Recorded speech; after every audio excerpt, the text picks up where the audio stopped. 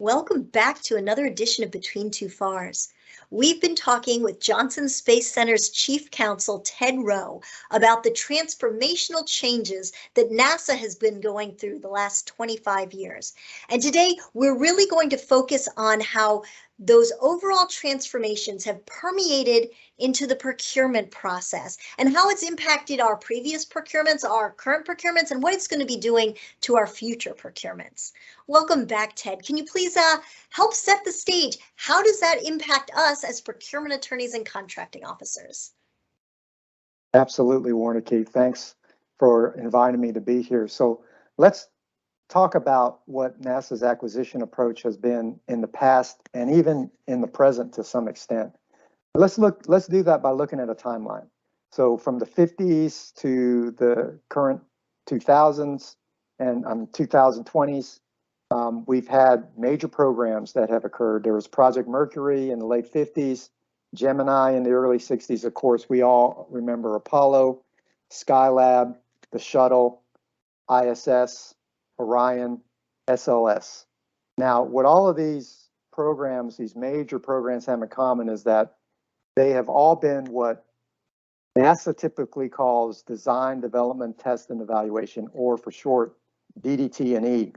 And what this means is that it's being built by or for NASA. In this case, the contracts we're talking about is being built for NASA. NASA is the owner and eventually becomes the operator of these major systems. NASA's the only game in town, essentially. It's been typically cost reimbursable, cost plus fee, and a single awardee. And so that was the game plan for many years, from the 50s, late 50s into the 2010s. And what are some of the downsides of this? What have we been seeing as an impact to NASA utilizing this? I know one thing that jumps to mind when you're talking single awardee, sometimes you get locked into a sole source situation, don't you? Absolutely. It's the difference between fixed price and cost plus in terms of risk primarily. So in a cost reimbursable contract, cost plus for short, the risk is on the government. And if it's a fixed price, the risk is on the contractor. And so that balance of risk will affect operations, will affect the way NASA basically interacts with the contractor, will affect schedule, and of course, it's going to affect cost.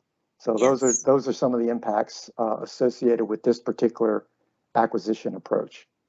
Now let's compare and contrast that with what's been going on since the mid-2000s. Let's talk about NASA's acquisition approach, present and in the future. We're going to look at another timeline. This time, it's going to be more a compressed timeline from the 2010s to the 2020s.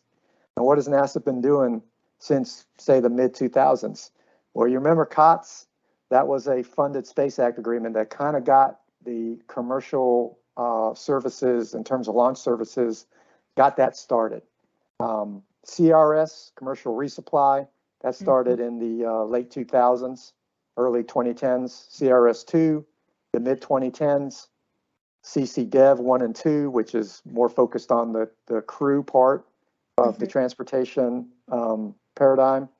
And CC-ICAP, that was a short-lived one, but it was funded Space Act agreement, which led to CC-TCAP. Right.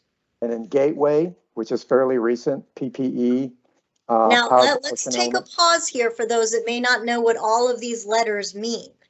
But one thing that all of these have in common, as you're throwing up these things that start with the letter C, C stands for commercial, doesn't it? C stands for us trying to move stuff that was made in-house and done by NASA out into the industry where we're buying services, where we're buying something that was developed outside of NASA and trying to generate a commercial market for something that was previously just owned and utilized by the government, right? Correct. With the intent that rather than NASA being the only customer, NASA would be one of many customers, and that would drive the price down for NASA because it's just supply and demand. It's basic supply and demand. So CLIPS is also part of that. Again, the C is for commercial, human landing system, and an XEVAS, which is something you participated in, Warnicki, that I was following very closely because that was going to be a traditional design, development, test, evaluation contract. But then at the very last minute, almost in the 11th hour, the acquisition strategy approach was changed to be more of a service-based, multi-awardee fixed price contract. So that, I think, was the last stand for the traditional DDT&E approach, cost reimbursable approach.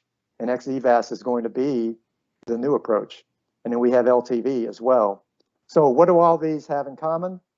Well, they're all service and or milestone-based contracts as opposed to design, development, test, and evaluation. They're all fixed price and generally multi-awardee, not in all cases because the budget sometimes doesn't allow for multi-awardee, but the intent for these would be multi-awardee. And NASA would be just one of many customers. So it's a significant shift in terms of NASA's acquisition approach.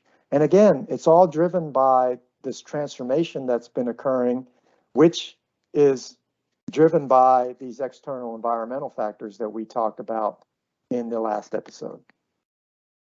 So in the next episode, we're going to talk about the consequences to not only, legal personnel, but procurement personnel as well.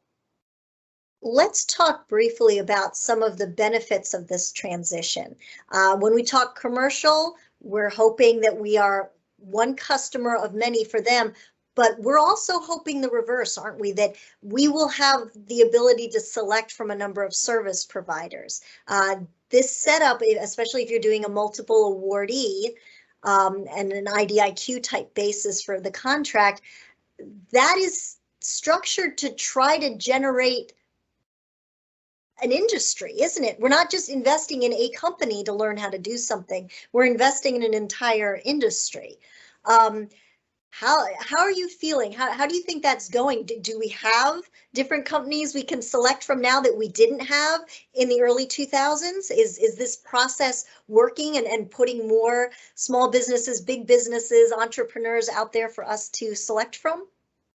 I think overall, if you would look back at what our goals were with COTS back in the mid 2000s, and you fast forward to today, I think the people who had the vision of COTS would be very happy in terms of where we are today. Now, they probably would have wanted us to be where we are today a little bit sooner, but all's well that kind of ends well. Everything involved, I think NASA did a pretty darn good job in terms of its vision to move from being the only customer to be one of many, and to drive down the price because these external environmental factors pretty much force NASA to do that and think that way. So I think, yeah, it's been successful. Now, what you're kind of driving at is this new relationship and interdependency between exploration and utilization. In the past, we didn't have to worry about utilization. It was all exploration. Everything we did was in the interest of exploration. We still do things in the interest of exploration, but now we have to realize that exploration and utilization are intertwined and they are not separated. Exploration creates utilization. Utilization drives down the cost to enable further exploration, and then it continues the cycle.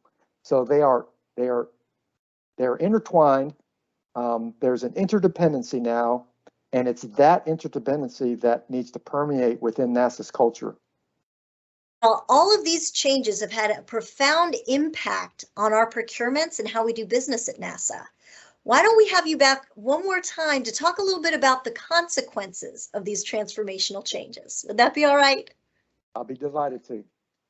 Join us again next time between two FARs.